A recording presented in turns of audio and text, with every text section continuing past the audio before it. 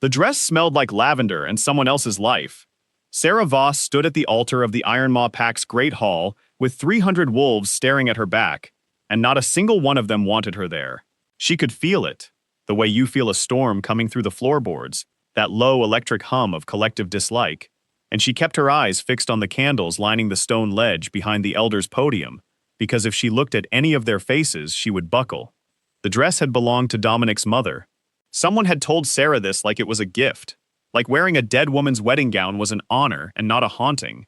The sleeves were too long, the hem dragged. She had stuffed tissue paper into the shoes because they were 2 sizes too big, and every step down that aisle had been a negotiation between dignity and gravity.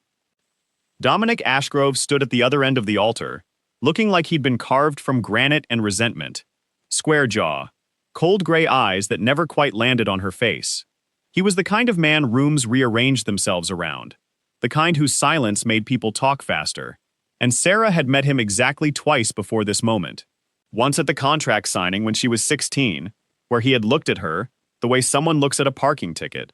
Once 3 days ago at the rehearsal dinner, where he had not looked at her at all. She reached the altar. The elder began speaking. Sarah's hands were shaking. She pressed them flat against the borrowed fabric and tried to disappear into the ritual, into the words that were supposed to bind her wolf to his, her blood to his line, her future to a man who treated her presence like a scheduling error. She was an Omega. The words sat on her like a stone. In the hierarchy of the packs, Omegas were the lowest rung, the quiet ones, the ones whose wolf gift ran toward healing and nurturing rather than dominance and territory. Useful in theory, invisible in practice.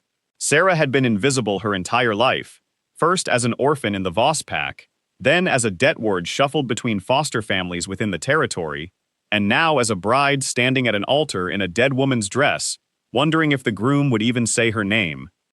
He did not say her name. The elder reached the binding vow, the part where Dominic was supposed to take her hand and speak the old words, and the hall went quiet in that specific way that meant everyone was holding their breath. Sarah looked up. Her eyes met his for the first time. Dominic Ashgrove looked at her like she was nothing.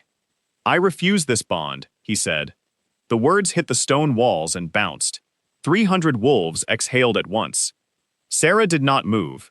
Her brain, that traitor, decided this was a good time to notice that one of the candles behind the elder had a crooked wick. It leaned left. She stared at it. The crooked wick became the most important thing in the universe because if she stayed focused on it, she would not have to process what was happening around her. "I refuse this bond," Dominic said again, louder now, as though the first time had been a draft, and this was the final version. On the grounds that the bride is bloodline hollow, the hall erupted. Bloodline hollow. The 2 worst words an Omega could hear, stitched together and fired like a bullet, in front of every wolf she would ever have to face again. It meant her lineage carried nothing worth passing on. It meant her blood was empty. It meant she was, in the most fundamental genetic sense that wolf society recognized, worthless. Sarah's eyes stayed on the candle. The wick leaned left. She memorized the angle. Someone in the front row stood up. Sarah's peripheral vision caught dark hair, a round belly, a hand resting on it with the easy confidence of ownership. Leora. Dominic's actual chosen mate, the woman he had been seeing for 2 years while the contract with Sarah gathered dust in the elder's archives. Leora looked at Sarah the way you look at a piece of furniture being removed from a room to make space for something better. The elder cleared his throat. The contract between Ironmaw and Voss is a blood debt arrangement. Refusal carries consequences under the old law. "I am aware of the old law," Dominic said. He had not raised his voice once. He did not need to. The hall bent toward him like grass in wind. Sarah finally looked away from the candle. She looked at the elder. He was old, white-haired, and his eyes held the particular flavor of pity that comes with zero intention of helping. He had known. They had all known. The contract, the dress, the rehearsal dinner, the walk down the aisle in shoes stuffed with tissue paper. They had let her do all of it, knowing it would end here. "Under the old law," the elder continued, and his voice had taken on the mechanical quality of a man reading terms and conditions, an Omega refused in a debt contract forfeits pack protection. The rejected party is to be escorted to the nearest territorial border and released from all pack bonds. Released. Such a gentle word for what it meant. It meant exile. It meant the psychic thread connecting her to every wolf in the Voss pack. The thread that had been thin and frayed her entire life but had still been there, still been something. She would be alone in a way that most wolves did not survive. The ceremony is dissolved, the elder said. Sarah stood at the altar in the dead woman's dress and watched Dominic Ashgrove walk away. He walked to Leora. He put his hand on her belly. He did not look back. 2 guards approached Sarah from either side. They were young, barely older than she was, and they had the decency to look uncomfortable. "Come with us," one of them said. She went. They walked her through the great hall, past 300 wolves who parted for her like she was contagious. No one spoke. No one touched her. A few of the older women looked away, and Sarah catalogued each averted gaze with the careful precision of someone building a list they would never be able to throw away. They walked her through the courtyard, past the kitchens where she could smell bread baking, past the training grounds where snow had been packed into gray mush by 100 boots. They walked her to the northern border, the tree line where Ironmaw territory ended and the wild began. The snow was knee-deep. One of the guards held out his hand. Sarah stared at it. "The shoes," he said. "They belong to the pack." She looked down at her feet. The borrowed shoes, stuffed with tissue paper, 2 sizes too big. She pulled them off. The tissue paper fell into the snow and the wind took it. She placed the shoes in the guard's hand. Her bare feet hit the snow, and the cold was so immediate, so total, that her vision went white for a full second. The guards turned around and walked back toward the hall. They did not look back either. Nobody ever looked back at Sarah Voss. She stood at the tree line in a dead woman's dress with bare feet in the snow, and the pack bond dissolving in her chest like a thread being pulled from a seam. It hurt. Not the dramatic, cinematic kind of hurt that comes with swelling music and a single perfect tear. It hurt the way a tooth extraction hurts, deep and dull and nauseating, a wrongness in the body that the mind cannot fix. She took a step into the trees, then another. The snow swallowed her ankles. The dress dragged behind her, collecting ice. She did not cry. Crying required an audience, and the forest did not care about her grief. The trees were tall and dark and indifferent, and the sky was the color of old iron, and the wind moved through the branches with the sound of something breathing. Sarah walked. She had nowhere to walk to, but standing still in the snow with no shoes was a death sentence with a timer on it, so she walked. Her feet went numb first, then her shins, then the numbness crawled upward like something climbing her bones, and she thought about the candle with the crooked wick and wondered if someone had straightened it by now. The forest changed as she moved deeper. The trees grew closer together, then farther apart, then at angles that made no geometric sense. One oak leaned so far from its roots that its trunk was nearly parallel to the ground, as if it had been trying to crawl away from something and frozen mid-escape. The snow here was different too, denser, packed by no footprints, untouched by anything alive. She had crossed into Ashenvale without realizing it. Every wolf within 500 miles knew the name. Ashenvale. Dead territory. Cursed ground. The land where the old magic had curdled into something that repelled every living thing with a pack bond and a survival instinct. No pack claimed it. No wolf hunted it. Mothers used it as a threat for disobedient pups. Behave, or Ashenvale takes you. Sarah did not feel repelled. She felt the land hum beneath her frozen feet, a low vibration that climbed through her soles and settled in her sternum, and the hum did not feel like a curse. It felt like a question. She kept walking. The keep appeared between the trees like something the forest was trying to hide and failing. Stone walls, half-collapsed, roofline sagging under centuries of snow and neglect. A doorway with no door, just a dark mouth opening into darkness. Sarah stood in front of it. Her feet had passed numb and entered a territory of sensation she had no name for. The dress was stiff with ice. Her fingers had stopped bending properly. She walked inside. A fire burned in a stone pit in the center of the main room. The flames were low and steady, fed by wood that had been cut and stacked with the careful habit of someone who had been doing it for a long time. The heat hit her face and her skin screamed with the sudden return of sensation, pins and needles erupting across her cheeks and forehead and the exposed skin of her collarbones. A man sat on the far side of the fire. He did not stand when she entered. He did not reach for a weapon. He looked at her with the expression of someone who had been expecting something and was not sure if this was it. He was not young, he was not old. He existed in that weathered middle ground where age becomes irrelevant, and all that remains is mileage. Scar tissue climbed the left side of his throat like a vine, thick and silvered, and old enough that it had become part of his landscape rather than a wound. One eye caught the firelight differently than the other, the iris cloudier, damaged. His hair was dark and long and tied back with a strip of leather, and his hands, resting on his knees, were the hands of someone who had built and broken things in roughly equal measure. He looked at Sarah. Sarah looked at him. "You are standing in my house," he said. His voice was low and rough, the kind of voice that comes from long disuse, a machine starting up after months of silence.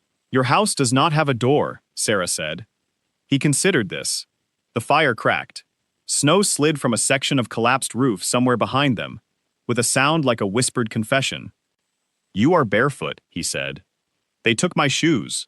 "Who took your shoes?" "The Iron Maw pack. They belong to the pack." He looked at her feet. He looked at the dress, stiff with ice, a dead woman's ceremony gown, now ruined beyond any future use. He looked at her face, and Sarah watched something pass through his expression that she could not name, a flicker of recognition, not of her specifically, but of her situation, as though he was looking at a mirror that showed a different body, but an identical wound. He stood. He was tall.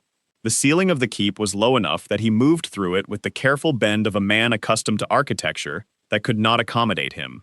He crossed to a wooden trunk in the corner, opened it, and pulled out a pair of boots. They were too large, heavy-soled, lined with fur. He set them by the fire to warm. Then he held out his hand. "Come with me," he said. Sarah looked at his hand. Scarred knuckles, a missing fingernail on the index finger that had healed into smooth, shiny skin. The hand of a man who had lost things and stopped expecting to get them back. She did not take it. She walked past him to the fire and sat down on the stone floor and held her frozen feet toward the heat and said nothing. He watched her for a moment, then he sat back down on his side of the fire and said nothing either. Outside, the snow kept falling, and the land kept humming, and the trees of Ashenvale leaned away from whatever slept beneath them. His name was Cale Dranmere, and he told her this on the second day, like he was handing over a piece of identification he no longer needed. They had spent the first night on opposite sides of the fire, awake, watching each other the way two stray animals share a space, all peripheral vision and calculated stillness. Sarah had not slept. Neither had he.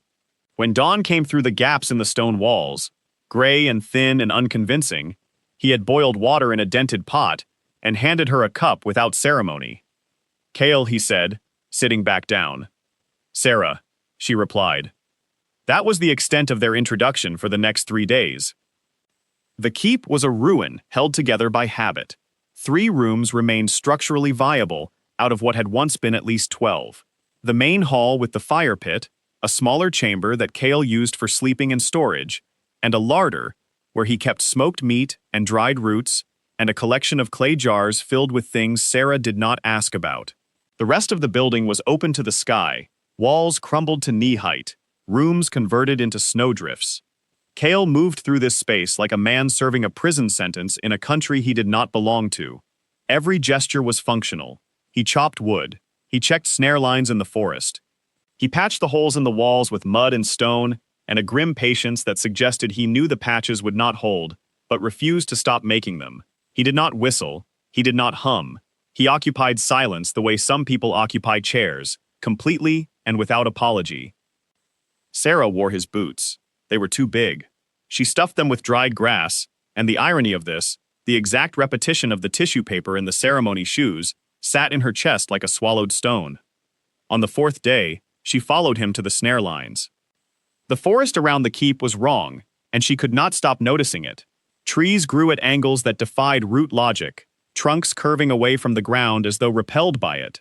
Some had shed their bark entirely, standing white and naked like bones planted upright. The snow between them was unmarked by any animal track, any bird print, any sign that living things passed through. But the hum was constant. Sarah felt it through the soles of the 2 big boots, up through her shins, settling into her ribs like a second heartbeat. It was not unpleasant. It was not pleasant either. It was present, insistent, a low-frequency vibration that she could not tune out and did not want to. You feel it, Kale said. He was crouching over a snare that had caught nothing, resetting the wire with hands that moved from memory. He did not look at her. Feel what? The ground. Sarah said nothing. He reset the snare and stood, and looked at her, for the first time since they had left the keep, and his expression held the careful neutrality of someone testing a theory they were not ready to share. Most wolves who enter Ashenvale feel dread, he said. A wrongness. Their instincts tell them to run. The pack bond recoils from this land like a hand from a hot surface. It is why no one comes here. It is why I am able to live here undisturbed. I do not have a pack bond, Sarah said. They dissolved it. That is not what I am talking about. He started walking again, deeper into the trees. Pack bond or not, every wolf I have seen cross this border turns back within an hour. The land pushes them out. It pushes everything out. It is not pushing me. No, he said, it is not. They walked in silence after that, checking snare after empty snare, and the hum in the ground followed Sarah like a dog that had decided she was interesting. On the 5th day, she asked him why he was here. They were sitting by the fire. Evening. The light through the broken walls had turned the color of a bruise. Kale was sharpening a knife with a whetstone, the sound rhythmic and oddly comforting. Metal whispering against stone in a pattern that repeated without variation. That is a long answer, he said. I am not going anywhere. He kept sharpening. The firelight caught the scar tissue on his throat and made it look liquid, molten, like the wound was still happening in slow motion. I was the Alpha King of the Dranmere sovereignty, he said. Sarah blinked. The Dranmere sovereignty was not a pack. It was the pack, the largest unified wolf territory on the northern continent, spanning from the ice mountains in the east to the river deltas in the west. Its Alpha King commanded the loyalty of 14 subpacks and controlled more territory than most human nations. Every wolf grew up hearing about the sovereignty. It was history, and politics, and legend braided into one. Was, she said. Was. He tested the knife edge against his thumb. A thin line of red appeared and vanished. My younger brother Marin organized a coup with the backing of my own council. They challenged my authority, and when I would not step down, they severed me. Sarah felt the word land in her body before her brain processed it. Severed. The psychic cut that separates a wolf from their pack bond, from their collective consciousness, from the web of connection that makes a wolf, and not just a person with sharper teeth. It was not exile. It was amputation. The pack bond was cut at the root, torn from the nervous system, like a weed pulled from wet soil, and the resulting emptiness was supposed to be fatal. Every account of severing in the histories ended the same way. The severed wolf died within days, unable to sustain themselves without the psychic network that regulated their heartbeat, their hormones, their will to eat and breathe and continue. You survived it, Sarah said. I did. How? He looked at the fire. The question hung between them, and for a long time the only sound was the cracking of logs and the distant hum of the land beneath them. I do not know, he said. I should be dead. The severance should have stopped my heart within a week. I walked into Ashenvale because it was the only territory no one would follow me into, and I expected to die here, among the wrong trees and the bad silence. That was 4 years ago. 4 years! He had been living in this half-collapsed keep for 4 years, eating snared rabbits and boiled roots and sharpening knives by a fire that never went out, because if it went out, he would have to admit that warmth required effort, and effort required a reason. They were healing from the frostbite, the skin pink and new and tender, and she flexed her fingers because she could, and because this small mechanical fact was easier to hold than anything Kale had just told her. Marin, she said, your brother. He rules the sovereignty now. He wears the crown. Whether he rules is a different question. What does that mean? Kale set the knife down. Marin is a collector. He does not want power for what it can build. He wants it for what it can reach. He has spent the last 4 years extending his influence into every pack on the continent, not through diplomacy, but through leverage. Debt contracts, arranged matings, trade dependencies that look voluntary until you try to refuse them. The words debt contracts landed on Sarah like cold water. The Iron Maw Pack, she said. He looked at her. His damaged eye caught the light and gave it back wrong. The Iron Maw Pack has been under Marin's influence for 6 years, he said, long before my severance. Your contract, your mating arrangement with Dominic Ashgrove, that did not originate with the Iron Maw elders. Marin arranged it. Sarah's hands stopped flexing. Why? I do not know yet. That is not good enough. No, he said. It is not. She stood up.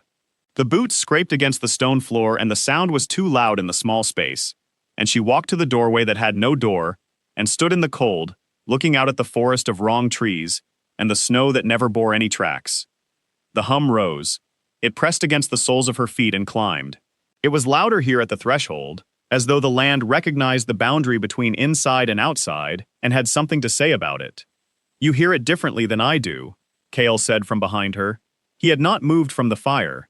When I first came here, the hum sounded like dread, like a warning. After 4 years, it has faded to background noise, a frequency I have learned to ignore. But you, he paused. You tilt your head toward it, he said, like someone hearing music. Sarah did not turn around. The hum was doing something it had not done before.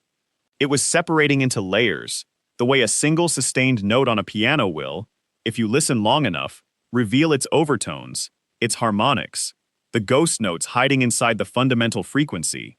She could hear structure in it, pattern, intention. It is not a warning, she said.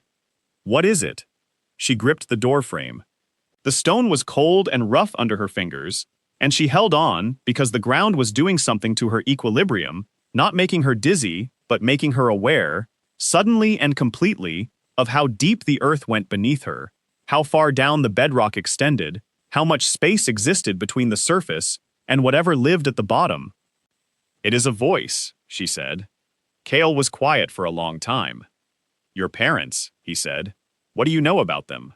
They were Voss Pack. They died when I was 4. Blood debt. The pack took me as a ward to settle what they owed. That is what you were told. That is what happened. Sarah, his voice had changed. The rust was still there, the disuse. But underneath it was something sharper. I have been in Ashenvale for 4 years.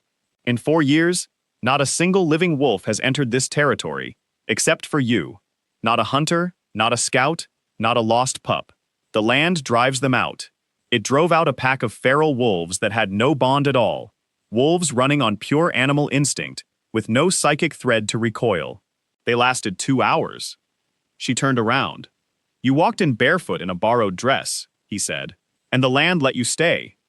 The fire cracked. Something in the larder shifted and settled. Your parents were not debtors, Cale said. Sarah's grip on the doorframe tightened until her knuckles went the color of the stone. They were something else, he said. Something that the packs have been trying to bury for generations.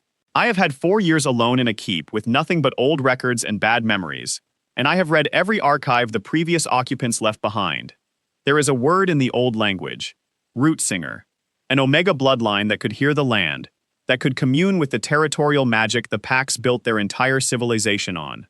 The histories say the root singers went extinct 3 centuries ago. He looked at her bare feet on the stone floor, at the way her body angled toward the ground like a plant leaning into light. The histories are wrong, he said. The hum surged.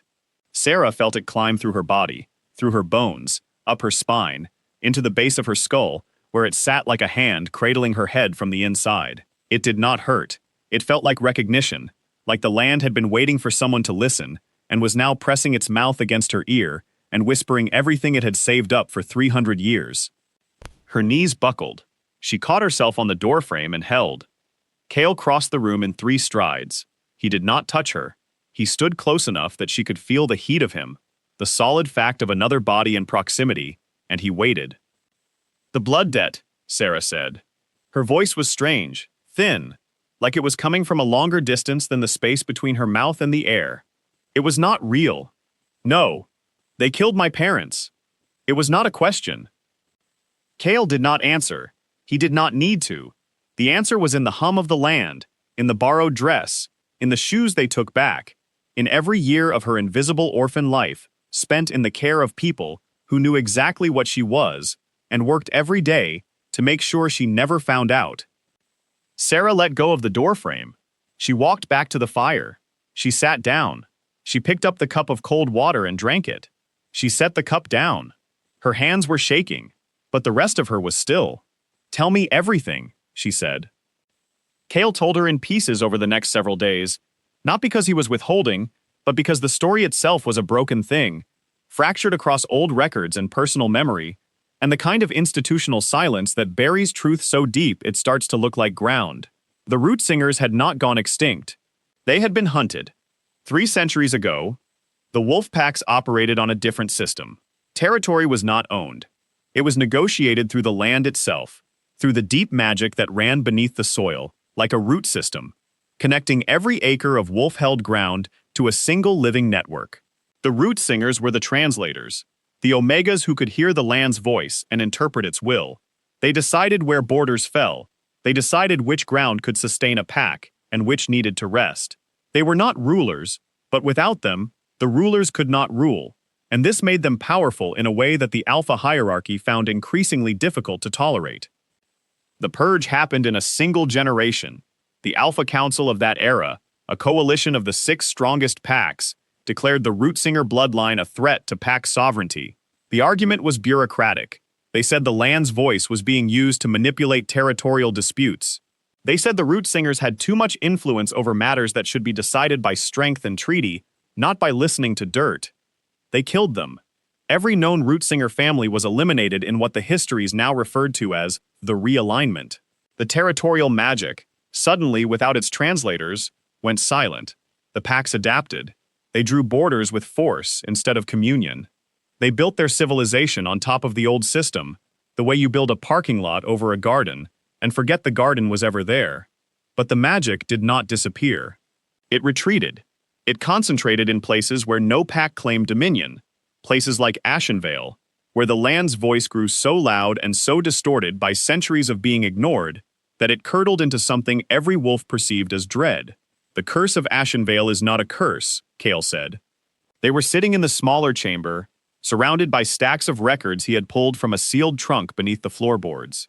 The pages were old and brittle, written in a script that mixed the modern language with older forms Sarah could not read. It is the land grieving. It has been screaming for 300 years for someone who can hear it, and every wolf who enters perceives that scream as danger because they have lost the ability to understand what the land is saying. "But I can hear it," Sarah said. "You can hear it." "My parents, they could hear it too." Cale set down the page he was holding. "Your parents were the last known root singers. They lived in hiding within the Voss pack, suppressing their gift, raising you to be invisible. The pack bond itself acted as a dampener. As long as you were bonded to a pack, the connection between you and the territorial magic was muffled, like hearing through a wall. Your parents understood this. They stayed bonded. They stayed quiet. They kept you safe for 4 years. And then someone found out. Marin found out." The name landed like a dropped blade. "Your brother," Sarah said. "The man who took your crown. My brother has spent his entire life studying the old systems. Not out of respect, out of ambition. He understood something that the Alpha Council of 3 centuries ago did not. The root singers were not just translators. They were the interface between wolf civilization and the deepest layer of territorial magic, a layer that the purge did not destroy because it could not be destroyed. It is part of the earth itself, and whoever controls the interface controls the magic." "Controls it how?" Cale looked at her steadily. "Ashenvale is not just a dead zone, Sarah. It is a cage. Beneath this land, held in place by the territorial magic that has been building and concentrating for 3 centuries without release, is the source. The original wolf, the first alpha, the entity that fractured into 1,000 bloodlines when the packs were born. It is not dead. It is held, and the land has been screaming, because the cage is failing." Sarah felt the hum shift beneath her feet. It did not get louder. It got deeper, dropping into a register she felt in her teeth and her sternum and the hollow space behind her eyes. The land was listening to this conversation. She was certain of it, in a way that bypassed logic and went straight to her bones. "Marin wants to open the cage," she said. "Marin wants to absorb what is inside it.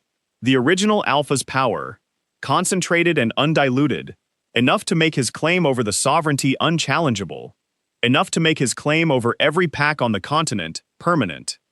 And he needs a root singer to do it. He needs you to do it. Sarah stood up. The chamber was small enough that standing was almost a statement of violence, her head nearly brushing the low ceiling, her body filling the space between the stacked records and the wall. She paced 2 steps in one direction and 2 steps back, and the boots scraped the stone and the sound was a small, angry rhythm. The contract, she said. The mating arrangement with Dominic, that was Marin. Yes? The rejection at the altar. The bloodline hollow accusation. The exile. Yes. He wanted me out of the pack bond. He wanted the dampener removed. Yes. He wanted me in Ashenvale. He wanted me to hear the land. Yes. He wanted me to find you. Cale paused. That, he said, I am less certain about. Sarah stopped pacing. What do you mean? I mean that Marin's plan required a root singer in Ashenvale, but I do not believe he accounted for a root singer in Ashenvale who was not alone. I am a complication he may not have planned for. You are a severed wolf living in a ruin. What kind of complication could you possibly be? The words came out harder than she intended. She saw them land on him, saw his expression tighten and then release, and she felt something shift between them that she did not examine, because examining it would mean acknowledging that his presence in this ruin had become something she relied on, and reliance was a luxury she had sworn off at the altar. I am the only person on this continent who knows what Marin is planning, Cale said, and I am the only person who can teach you to defend yourself against it. Teach me what? To fight, to survive, to use what you are instead of letting someone else use it for you. Sarah looked at him, the scar on his throat, the damaged eye, the hands that had held out boots for her frozen feet, and asked nothing in return.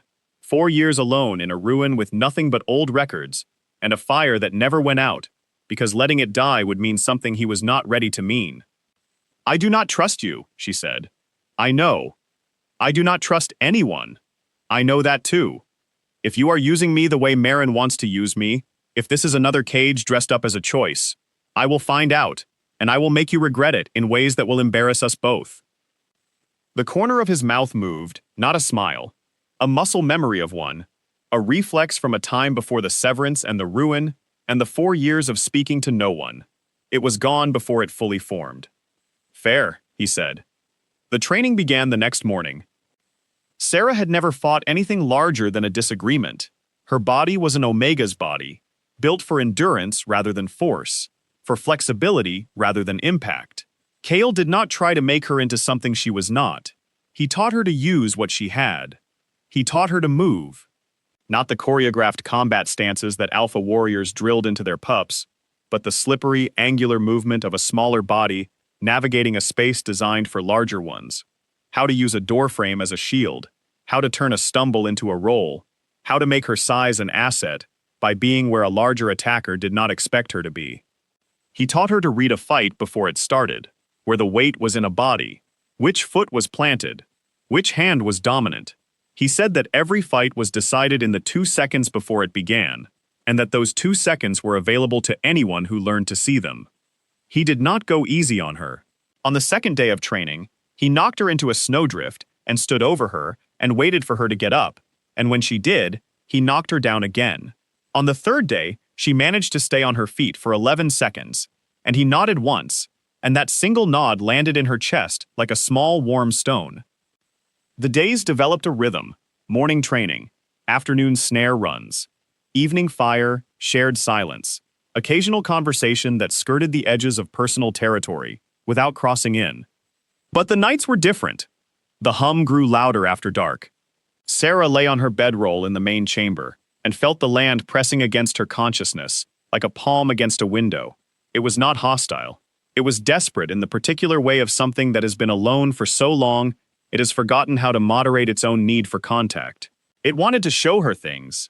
It wanted to pour itself into her the way water fills a cup, and the weight of its wanting was enormous. She started dreaming in the land's language. The dreams were not images, they were sensations. Pressure and temperature and vibration, the feeling of roots growing through rock, of water moving through underground channels, so slowly that a single inch of progress took a century. She felt the thing beneath Ashenvale, the sleeping thing, the first alpha, and it was not a monster. It was tired. It was ancient and tired, and held in place by a cage of magic that had been built to contain it, and had instead become a kind of life support, keeping it suspended between existence and dissolution. The cage was failing. She could feel the cracks in it, stress fractures in the magical structure that had been accumulating for decades, maybe centuries. The land knew.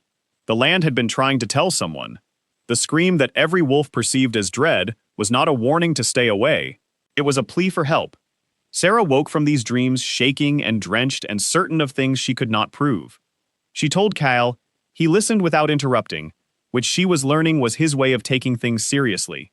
When she finished, he was quiet for a long time, and then he asked a question she did not expect. What does the land want you to do? She had been asking herself the same thing. The dreams were clear about the problem, but vague about the solution. The cage was failing. The thing inside was too powerful to release, and too tired to survive much longer in containment. It was a paradox that had no clean answer. I do not know yet, she said.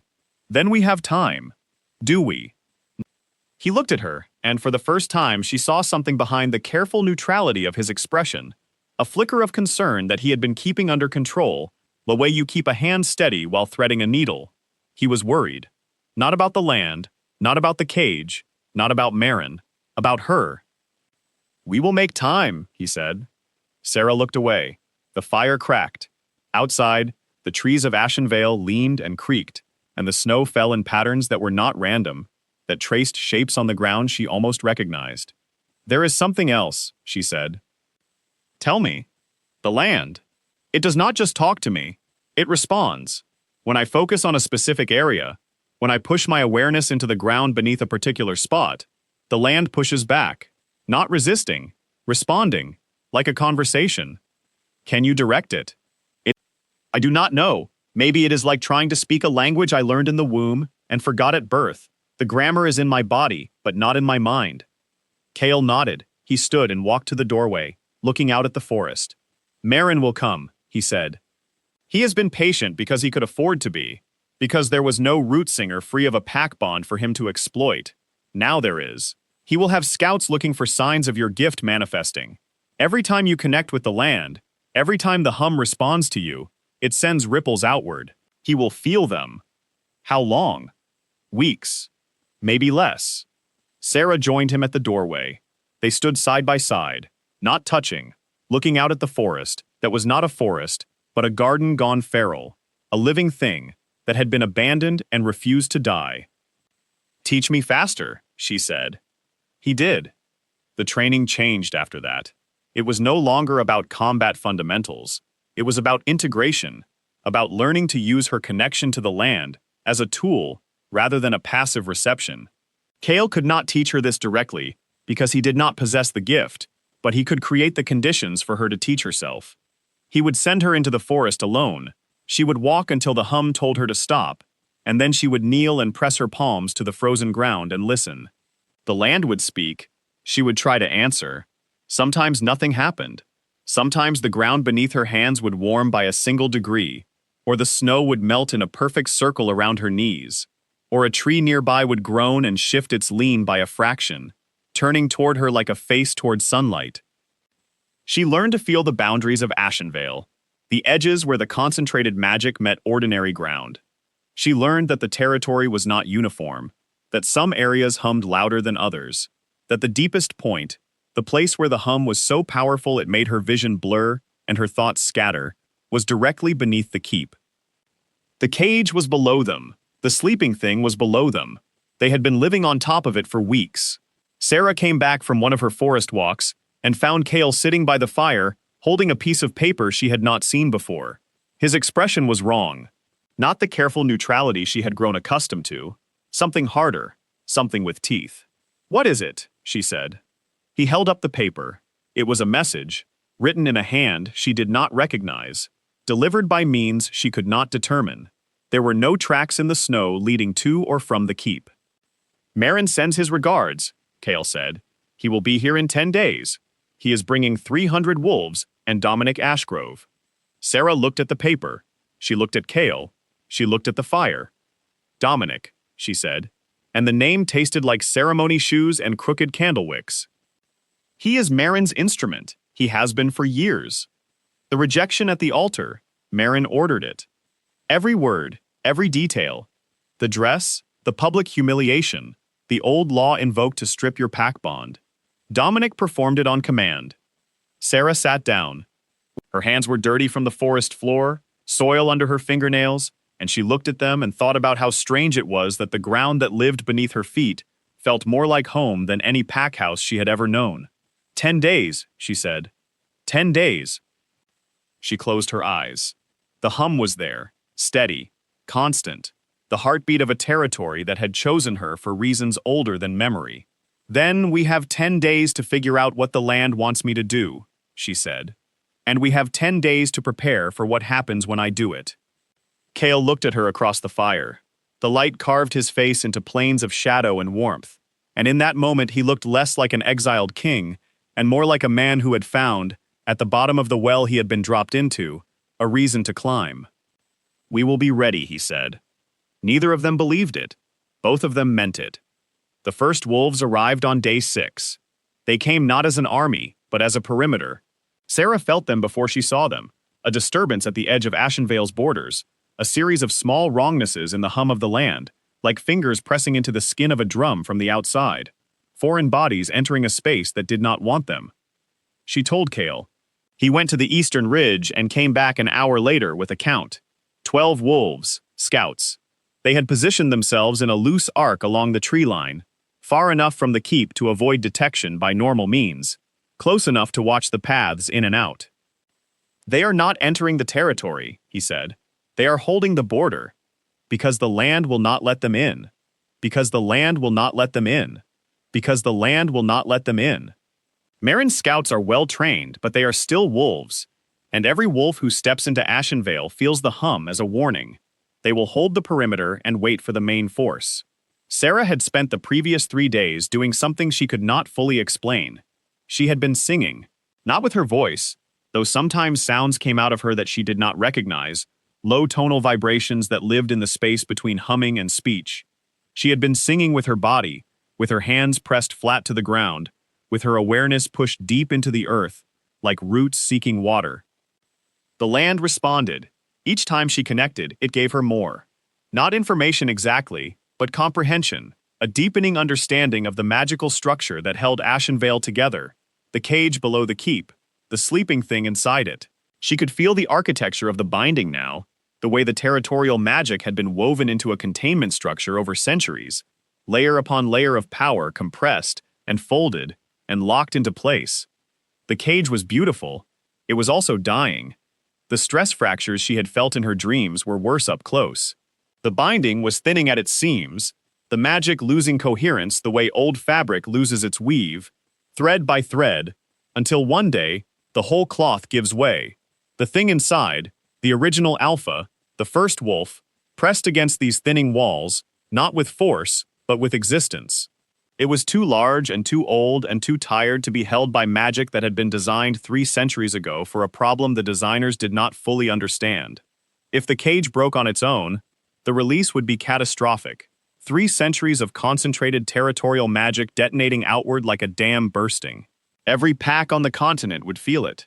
The psychic shockwave would shatter pack bonds, scramble hierarchies, turn organized wolf society into a chaos of unaffiliated animals, driven mad by a surge of power they had no framework to process. If Marin broke the cage deliberately, using Sarah as the key to unlock the binding, the release would be controlled, but the result would be worse. He would channel the original Alpha's power into himself, absorbing the source of all wolf magic into a single body, a single will. No pack would be able to resist him, no territory would be beyond his reach. He would not be a king, he would be the only wolf that mattered, and everyone else would be an extension of his will. Neither option was acceptable. Sarah sat in the chamber beneath the keep, the deepest room, the one directly above the cage, and she pressed her hands to the stone floor and she listened. The land spoke. It did not use words. It used pressure and temperature and the slow, patient language of stone and root and water. It told her what it wanted, and what it wanted was neither release nor containment. It wanted a new singer. The old binding had been built by root singers 3 centuries ago, omegas who wove their gift into the territorial magic to create a cage strong enough to hold the original alpha. But the cage was not self-sustaining. It needed maintenance, needed a living connection between the singer and the magic, a continuous thread of intention that kept the binding stable and responsive and alive. The purge had killed the singers. The binding, left unattended, had begun its slow deterioration. 300 years of decay, 300 years of screaming into a void, 300 years of waiting for someone to pick up the thread. Sarah understood. She could not break the cage. She could not reinforce the old binding. It was too far gone for repair, but she could replace it. She could weave herself into the territorial magic, become the living interface the land had been missing, the singer whose voice held the binding in place, not through force, but through communion. It would mean staying, not visiting Ashenvale, not passing through, but becoming part of it. The way a root becomes part of the soil, the way a voice becomes part of a song. She went to Kale. He was on the eastern ridge, watching the scouts. His body was still in the way. A hunting animal is still. Every muscle engaged in the project of not moving. She sat down beside him on the cold rock and told him what the land had told her. He listened. He did not interrupt. When she finished, his jaw worked for a moment, the muscles moving beneath the scar tissue on his throat, and she could see him processing not just the information, but the implications. "It will change you," he said. "Yes. You would be bound to this territory, to this land. You would not be free to leave. I have never been free, Kale. I was a debtward. I was a contract bride. I was an exile. Freedom is a word that has never applied to me. At least this cage is one I am choosing." He flinched. It was small, a tightening around his eyes, but she saw it, and she knew what it meant. He did not like the word cage. He did not like the idea of her choosing confinement after everything that had been forced on her. He wanted to argue, and the fact that he did not argue told her more about his respect for her than any speech could have. "Marin arrives in 4 days," he said. "I know. Can you complete the binding in 4 days?"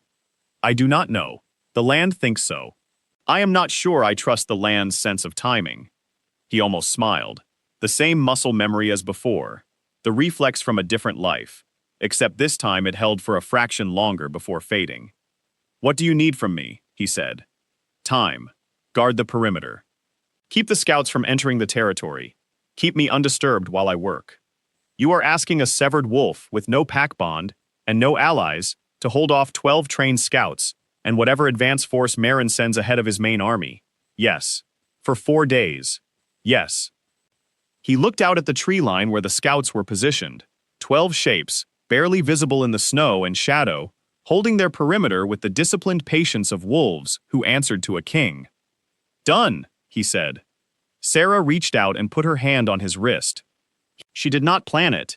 Her body moved before her brain formed the instruction, and by the time she realized what she had done, her fingers were wrapped around his wrist and she could feel his pulse, slow and steady and alive, beneath the roughened skin. He did not pull away.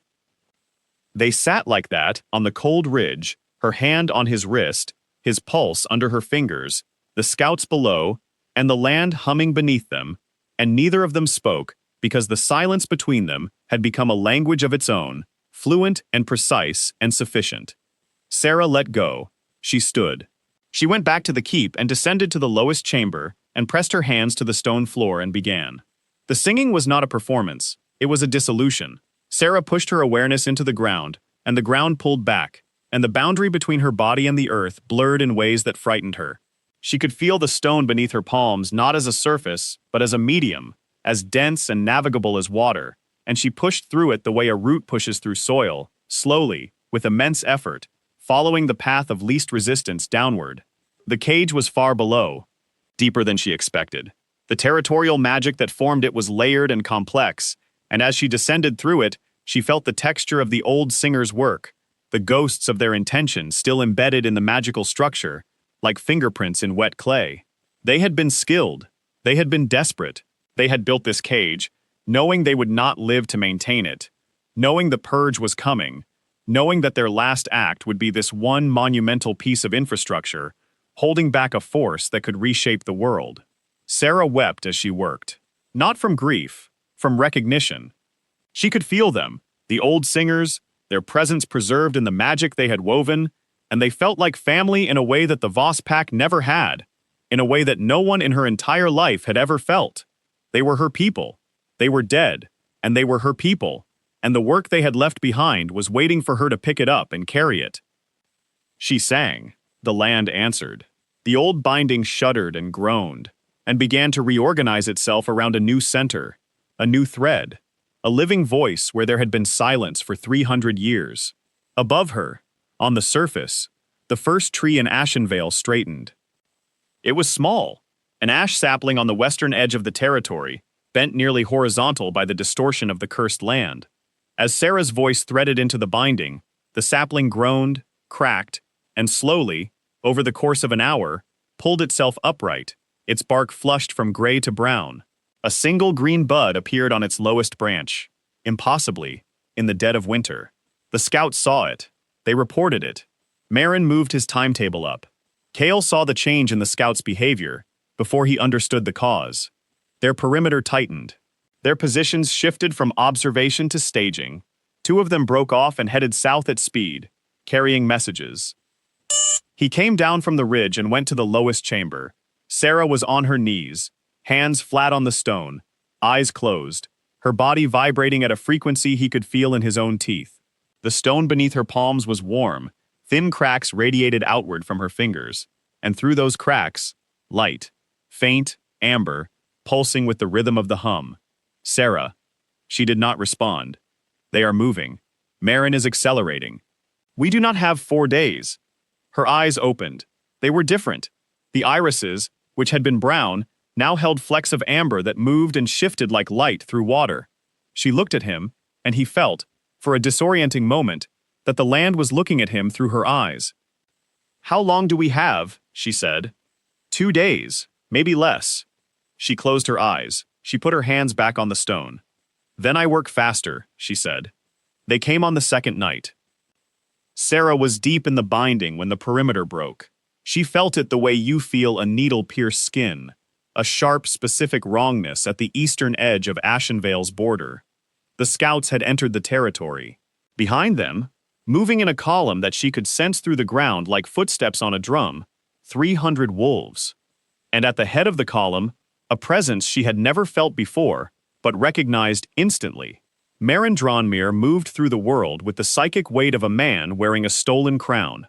His pack bond radiated outward like heat from a furnace, binding every wolf in his column to his will, his direction, his hunger. He entered Ashenvale, and the land recoiled, and Sarah felt the territory shudder around her like a living thing flinching from a burn. She pulled herself out of the binding. It was like surfacing from deep water, the pressure change making her ears ring and her vision swim. She had been under for 18 hours. Her hands were bleeding where the stone had cracked beneath them, thin cuts across her palms that wept blood the color of amber. Kale was waiting. He was dressed for a fight, not in armor. There was no armor in the ruin, but in the stripped-down efficiency of a man who had removed everything from his body that could be grabbed, caught, or used against him. His shirt was gone. His scars were fully visible, the thick silvered tissue climbing his throat and spreading across his left shoulder and down his chest, a map of the severance and the years that followed. He held a short blade in his right hand and a longer one strapped to his back, and he stood in the doorway of the keep with the settled stillness of a man who had decided something. "How many?" Sarah said. 300, plus the scouts, plus Marin. "You cannot fight 300 wolves." "No," he said, "but I can slow them down. How much more time do you need?" "Hours. I do not know how many." "Then I will find you hours." Sarah grabbed his arm, not his wrist this time. His arm, above the elbow, her fingers digging into muscle and scar tissue, and she held on. "Do not die," she said. He looked at her hand on his arm. He looked at her face. The amber in her eyes was brighter now, the flecks having spread until they nearly replaced the brown. And in the low light of the keep, she looked like something the land had made, rather than something it had found. "I will try," he said. He went out into the snow. Sarah went down. The binding was close. She could feel the new structure taking shape around her. The old singer's work being absorbed and rewritten, the cage transforming from a static containment to a living system with her at its center. The territorial magic responded to her voice with increasing fluency, no longer fighting her, no longer testing, but flowing toward her with the eager surrender of a river finding a new channel. But it was not done. The deepest layer, the one that pressed directly against the sleeping thing, the original alpha, required a final weaving. She had to reach the bottom and anchor herself there, thread her consciousness through the last barrier, and establish the connection that would hold the binding in place, not for centuries, but for as long as she lived. She pushed deeper. Above her, on the surface, the war began. Kael Dranmere had been the alpha king of the largest territory on the continent. He had been severed, exiled, abandoned. He had lived in a ruin for 4 years and eaten rabbits and spoken to no one. But he had not forgotten what he was. He met the first wave of scouts at the tree line east of the keep. There were 12 of them, and they expected to find a broken man in a broken building. They found something else. Kael fought the way a language fights forgetting, with total commitment and the desperate precision of something that knows it cannot afford a single wasted motion. He was faster than he should have been. 4 years of isolation had stripped every unnecessary thing from his body and his mind, leaving only the essential mechanics of a wolf who had been born to lead and trained to destroy.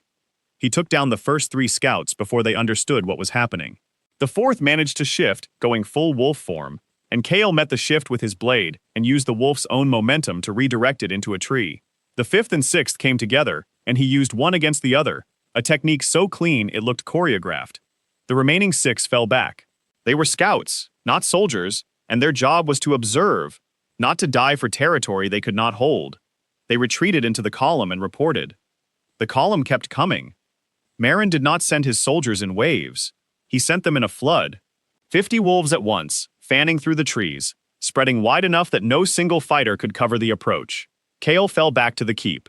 He used the narrow doorway the way Sarah had been taught to use door frames, as a choke point that negated numerical advantage. They could only come at him 2 at a time, and 2 at a time he held. He held for an hour, then 2. The pile of unconscious and injured wolves outside the keep's entrance grew. None of them were dead. Kael was fighting with deliberate restraint, disabling rather than killing, and this slowed him down, cost him efficiency, cost him energy he could not spare. But these were wolves. Many of them had served under him when he wore the crown. He would not kill them for following a king, even a false one. The cost was high. He took a cut across his ribs that went deep enough to make breathing an adventure, a blow to his left knee that turned walking into a negotiation. By the 3rd hour, his movements had lost their precision, and his blade arm was shaking with exhaustion, and the blood on the doorframe was mostly his. Marin did not enter the fight. He waited. He stood behind his army in the snow-covered clearing east of the keep, and he watched his brother bleed, and he waited with the patient cruelty of a man who understood that time was his weapon and had brought plenty of it. Then a wolf broke through. Not through the doorway. Through the collapsed western wall, the section Kael had patched with mud and stone, the section that had always been the weakest point in the keep's makeshift defense. The wolf was large, gray-furred, moving with the trained efficiency of a career soldier, and he went straight for the stairs that led to the lower chamber. Kael saw it. He left the doorway. He crossed the main hall at a run, the injured knee screaming with every step, and he caught the gray wolf at the top of the stairs, and they went down together, tangled, blade and claw, and the close-quarters brutality of 2 bodies trying to occupy the same space. The doorway, undefended, filled with wolves. Kael took the gray wolf down. He got back to his feet. He turned and saw 15 wolves between him and the stairs, between him and Sarah. He fought. He fought with no strategy and no restraint and no expectation of winning. He fought because the alternative was stepping aside, and he had spent 4 years stepping aside, and he was done. A blade caught his shoulder, a fist caught his jaw, a body hit him from the side, and he went down, and 3 wolves held him, and he kept fighting from the ground, snarling, tearing, refusing to stop moving, because movement was all he had left. A voice cut through the noise. Enough. Marin Dranmere stepped into the keep. He was shorter than Kael, leaner. He had the kind of face that photographs well and makes promises it does not keep. His eyes were dark and still, and they swept the room with the proprietary satisfaction of a man walking into a house he has already purchased. "Brother," he said. Cale was on the ground, 3 wolves holding him, blood on his face and his chest, and the stone beneath him. He looked up at Marin with the expression of a man staring at a mistake he should have corrected years ago. "You look terrible," Marin said. Behind Marin, Dominic Ashgrove entered the keep. He moved like Marin's shadow, close and obedient, and his gray eyes swept the room without landing on anything. He was carrying orders in his body, in the set of his shoulders and the angle of his jaw, and Sarah would have recognized the posture instantly because she had stood at an altar across from it. "The root singer is below," Marin said. "I can feel her working. The binding is destabilizing. She is doing exactly what I need her to do." Cale spat blood onto the stone floor. "She is not doing what you think she is doing."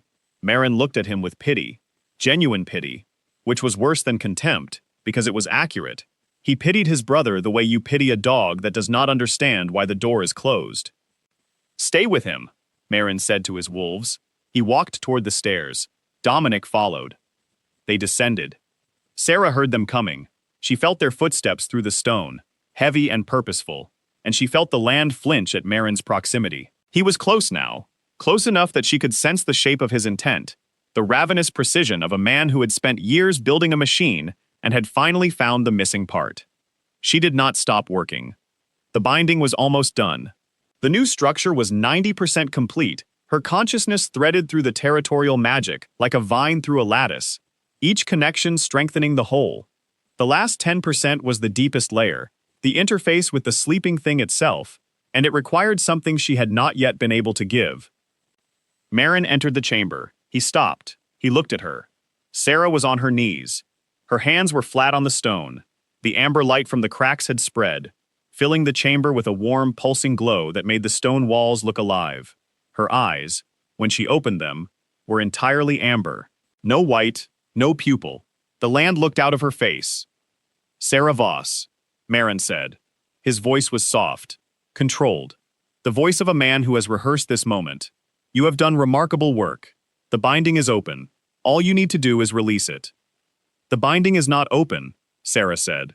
Her voice was layered, her own and something older, deeper, a harmonic that came from beneath the stone. "The binding is being replaced." Marin's expression flickered.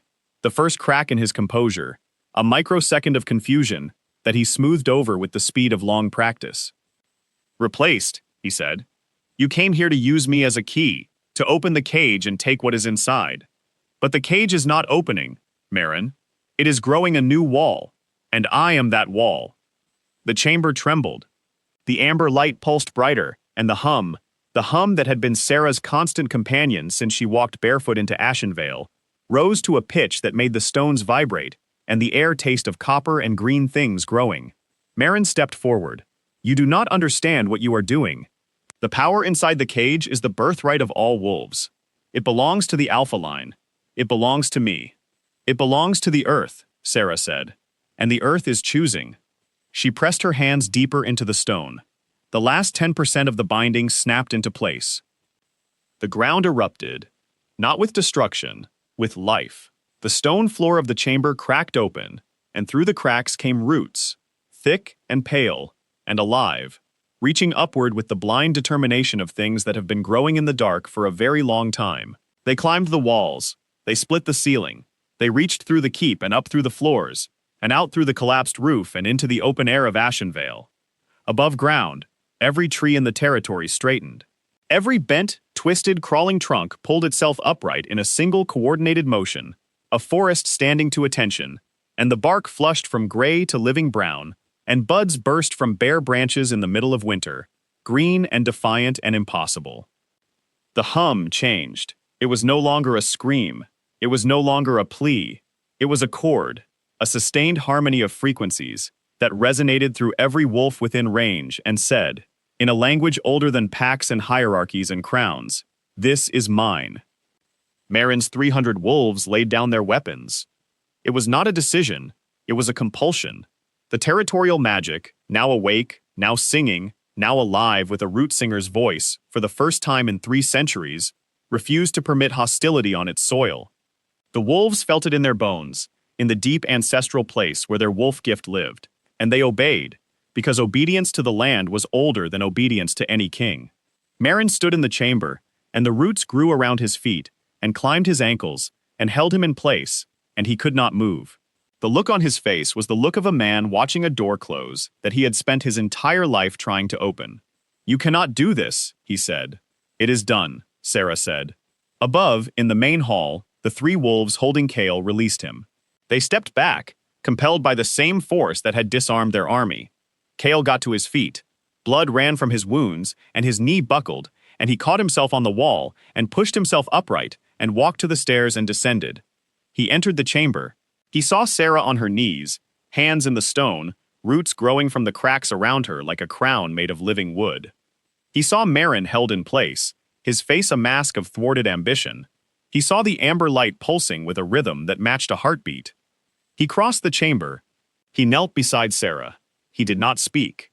He put his hand on her shoulder, and the warmth of his palm was different from the warmth of the stone, and the warmth of the magic. It was the specific, irreplaceable warmth of a person choosing to be present. The sleeping thing beneath them stirred. Not waking, settling.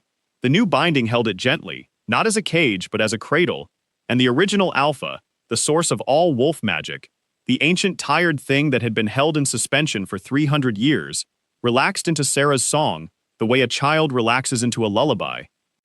The territorial magic flowed outward. It crossed the borders of Ashenvale and kept going, rippling through the continent like a stone dropped into still water, touching every pack, every territory, every wolf who had been living on top of a system they had forgotten existed. The packs did not collapse, they did not lose their bonds or their hierarchies, but they felt, for the first time in 3 centuries, the ground beneath their feet, and the ground was alive, and it was singing. Meren's wolves escorted him from Ashenvale. They were not his wolves anymore. They were wolves who had felt the land's voice and understood, with the clarity that comes from something deeper than thought, that the man they had followed had been leading them away from themselves. Dominic Ashgrove walked among them, his gray eyes fixed on the ground, his body carrying the weight of every order he had followed and every ceremony he had destroyed. Sarah did not look at Dominic as he left. He was a tool that had been used against her, and she had no energy for tools. She had larger things to hold. The keep loomed. It happened over hours, the roots threading through the stone and stabilizing the walls and filling the collapsed sections with living architecture, wood and stone and green things intertwined in a structure that was neither building nor forest, but something between, something new. The fire in the main hall still burned, but it burned alongside shoots of ivy that climbed the walls and shelves of pale mushrooms that grew from the cracks, and a ceiling of interlocked branches that let snow fall through in patterns that looked like writing. Kale sat beside Sarah in the lower chamber, as the land settled around them.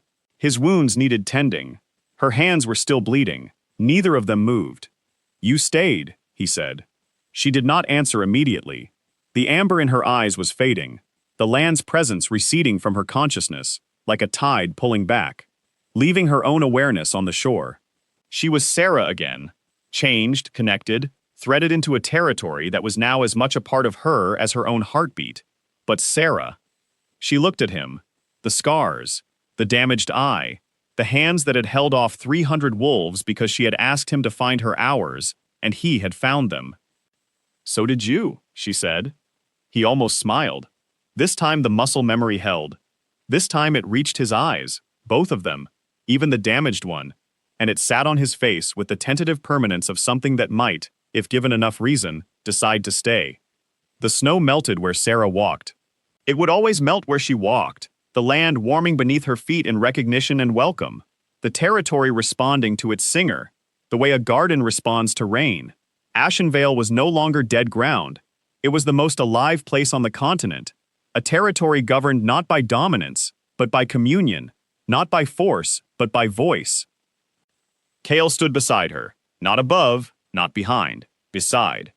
The packs would come eventually, drawn by the change in the land, by the singing they could feel in their bones, by the rumor of an Omega who had walked barefoot into a curse and turned it into a garden. They would come with questions and fear and hope, and Sarah would meet them at the border where the trees grew straight and tall, and the ground hummed with the steady rhythm of something ancient and awake, and finally, at peace. But that was later. For now, there was the keep, and the fire, and the two of them sitting in the ruins of what had been a cage and was becoming a home, and the snow falling through the branches above them in patterns that looked like writing. Sarah pressed her bare feet to the warm ground. She was exactly where she belonged.